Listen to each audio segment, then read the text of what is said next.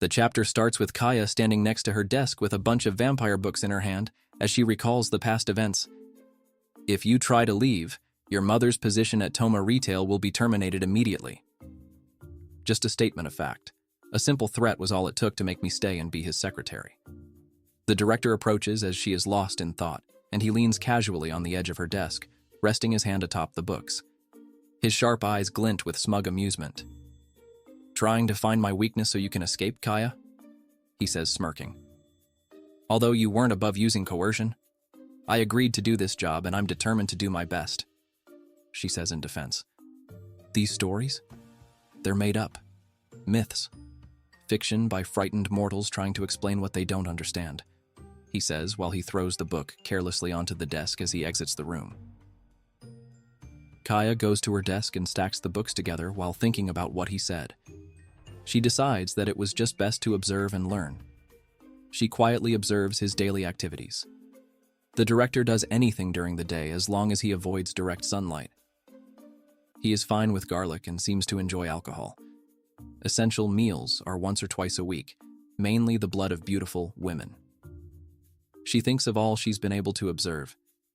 As she exhales and tries to focus, a faint sound catches her attention. Soft, breathy moans. Kaya's head snaps up. So, they don't have to be virgins, she thinks, piecing together research, old myths about purity, blood ritual, all the outdated nonsense she's half dismissed. Then, as if triggered by the thought, her mind betrays her. A flashback to the somewhat intimate moment they shared on the roof months back. She is quickly interrupted by the ringing from her pager. The director requires a present she had required to be bought early. She holds it out. The girlfriend, radiant and graceful, takes the gift. She curiously unwraps the gift. "Oh, it's beautiful.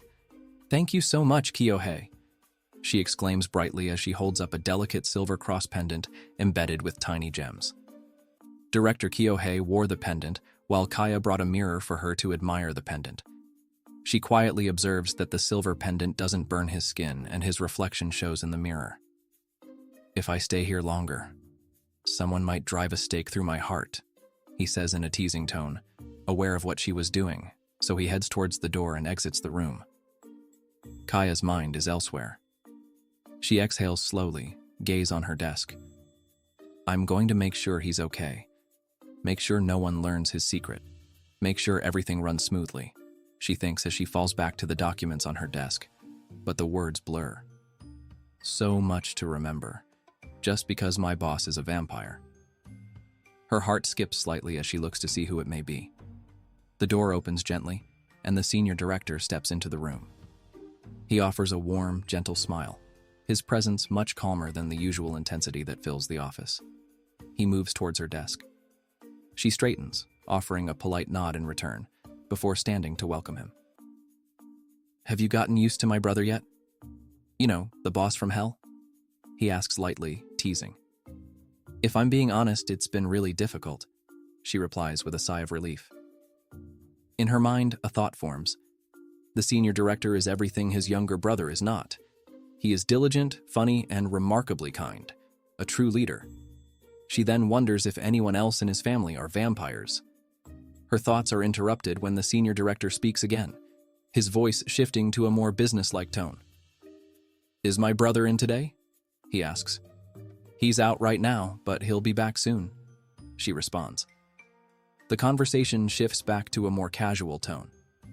It's a relief to know he has such a capable secretary. He tends to do whatever he wants. "I want someone alert watching over him." Softly, he says, "I mean, it may not be obvious, but I worry about him a lot." "Well, don't," Kyohei says as he leans casually against the doorframe. A cigarette hangs loosely from his fingers, his position relaxed yet unmistakably displeased. There's a strong tension in the air, one that shifts the mood of the room. "Kyohei," the senior director says as he turns his head to the source of the voice. "I don't need you worrying about me. What do you want?" he asks in a defensive tone. Masaki, the senior managing director, quickly turns to draw the blinds. Kaya realizes that the senior director knows his brother is a vampire.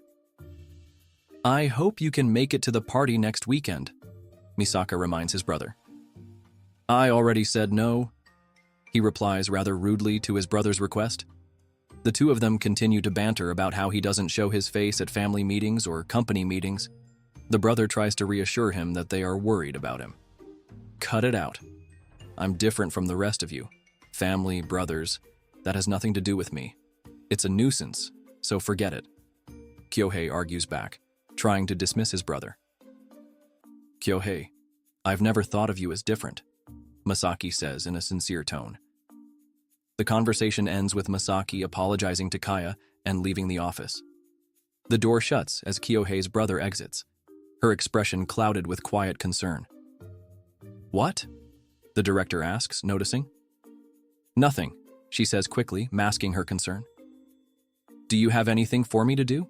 She says in an attempt to change the subject. Kyohei studies her, unconvinced. After a beat, his lips curl into a subtle smirk. Do you like him? He asks, half teasing. Kaya blinks, caught off guard. She recovers with a professional tone. Every female employee adores the senior director, sir, she says steadily. Kyohei raises an eyebrow, the smirk still on his lips. Well, don't get your hopes up. Kaya straightens up, ignoring his playful tone as she refocuses. Next, you have dinner with the president of Shinoba Productions, Mr. Akiyama. You leave at 5. I'm supposed to accompany you. Is that all right? She says, reminding him. Fine, he says without another word, and proceeds to leave the room. Kaya thinks to herself, how can he be so cruel? The arrogant tone he took with his brother. And his family seems so concerned about him. Doesn't he care about their feelings? She continues to ponder, trying to see things from his point of view. I know he must have grown up with an inferiority complex. Being so cold and accomplished, of course, he's jealous. No matter how hard he tries to outshine his brother, the senior director is destined to be president. The director has no choice but to embrace his identity as a vampire. She calms down a little. I do feel for him, she further thinks, aware of how his driver is fully aware of the director's vampire nature. They arrived at their destination, and Kaya's eyes widened in surprise as she realized where they were. A church? She turned to glance at the director, searching for a reaction, but he remained silent, his expression dull as he stared ahead. The church doors opened, and President Akiyama came to greet them warmly. Director, welcome to my establishment, Kaya observed the director carefully, thinking to herself, well, he wasn't bothered by the cross earlier, so this should be fine. As they stepped inside, Kaya's curiosity shifted. The interior caught her attention. It didn't resemble a traditional place of worship at all. The hall had been transformed into a stylish dining area with elegant table settings and soft lighting. This is a beautiful restaurant. Your wife manages it? She says, impressed. Yes. This church was going to be demolished, so I purchased it. Both my wife and I are devoted Christians, and we wanted to create a place with a restful atmosphere for people to enjoy, he says with a voice warm with pride. The director, breaking his silence, spoke in a low, measured tone. I hear you have a fine wine selection too. Akiyama laughed softly. Indeed, I'll show you my wine cellar sometime. The dinner concluded, and they stood outside the church beneath the soft glow of the lanterns. I'll come see you at your office in a few days, says Akiyama formally. They thanked him for a lovely evening and drove off. As they drove off, Kaya sat quietly, stealing glances at the director. Something felt off. He wasn't acting like his usual composed self. Instead, he seemed calm and distant. Her worry deepened and, Mr. Director, are you drunk? No response. His breathing seemed uneven, the rise and fall of his chest too rapid. Concerned, she reached out hesitantly, her fingertips brushing his arm. Suddenly, he recoiled. His hand shot up and yanked her hand away. Don't touch me, he says in a hoarse tone. Stunned, Kaya withdrew. His reaction wasn't just harsh, it was panicked. She watched him more closely now, how his hands gripped the seat as though trying to restrain himself. Director, what's wrong? Do you feel unwell? She asked in a soft and cautious tone. Without warning, he held her shoulder and shoved her onto the seat with a thud, his face inches from hers. Keep your distance. I can't control myself right now, he says with a strained voice, almost trembling. The The realization struck her like ice. His pale face, the heavy breathing, the sudden aggressiveness. You need blood, don't you? Why all of a sudden? You feel this way, Mr. Director. Is it because of your partner? So it's faith, she exclaimed in realization. It's spiritual, devout faith that weakens you. That's why the cross didn't bother you. But the atmosphere, that unwavering belief. She pauses to watch him closely. It was too much for you, wasn't it? Look at you, figuring out my weakness. Lucky you, he says with a faint smile. Don't be ridiculous. I'm your secretary. Even if you're spoiled, arrogant, a philanderer, even if you're sarcastic, and even if you're a vampire, I want to protect you. I want you to trust me. How are you feeling now? She asked worriedly. Kyohei slumps further, his energy visibly draining. His energy's been sapped. All his senses are weakened. Blood is the life force of a vampire. He needs blood in order to be revitalized. The driver, Matsushita, says out loud, feeling for his boss. Is there anyone we can call? Someone who can help? She asked with a shaking voice. Kaya's expression tightens, realization sinking in. She looks back at Kyohei, his usually sharp eyes glazed and unfocused. After a long pause, she swallows hard and makes her decision. Then, you can drink my blood. The car falls into stunned silence. Both the director and the driver stare at her wide-eyed. Kyohei's head lifts weakly, his lips parting in disbelief. Do you realize what you are saying? He asks in shock. Kaya nods. Yes, I do. I'm not sure this is in my job description, but you need blood now, even if it's not the finest blood you're used to, she says in a teasing tone, his lips now twitching into a faint smile. Your loyalty is impressive, he says as he shifts towards her, his hunger clouding his gaze. He reaches for her, hesitant, as if fighting his instincts. In my condition, I can't make this pleasant for you, he says in a rough voice. Kaya doesn't flinch. She tilts her head slightly, exposing the curve of her neck, heart pounding but determined. He closes the space between them, his lips brushing her neck before his fangs pierce her skin. A sharp sting blooms, but almost instantly, pain melts into something else. Warmth. Ecstasy. Her breath catches, her body going numb as a strange pulsing sensation washes over her. Something deep within her stirs, drawn out, her life force flowing into him. The bond between them shifts, intensifies. A strange connection forms, like part of her is being drawn into him, becoming one.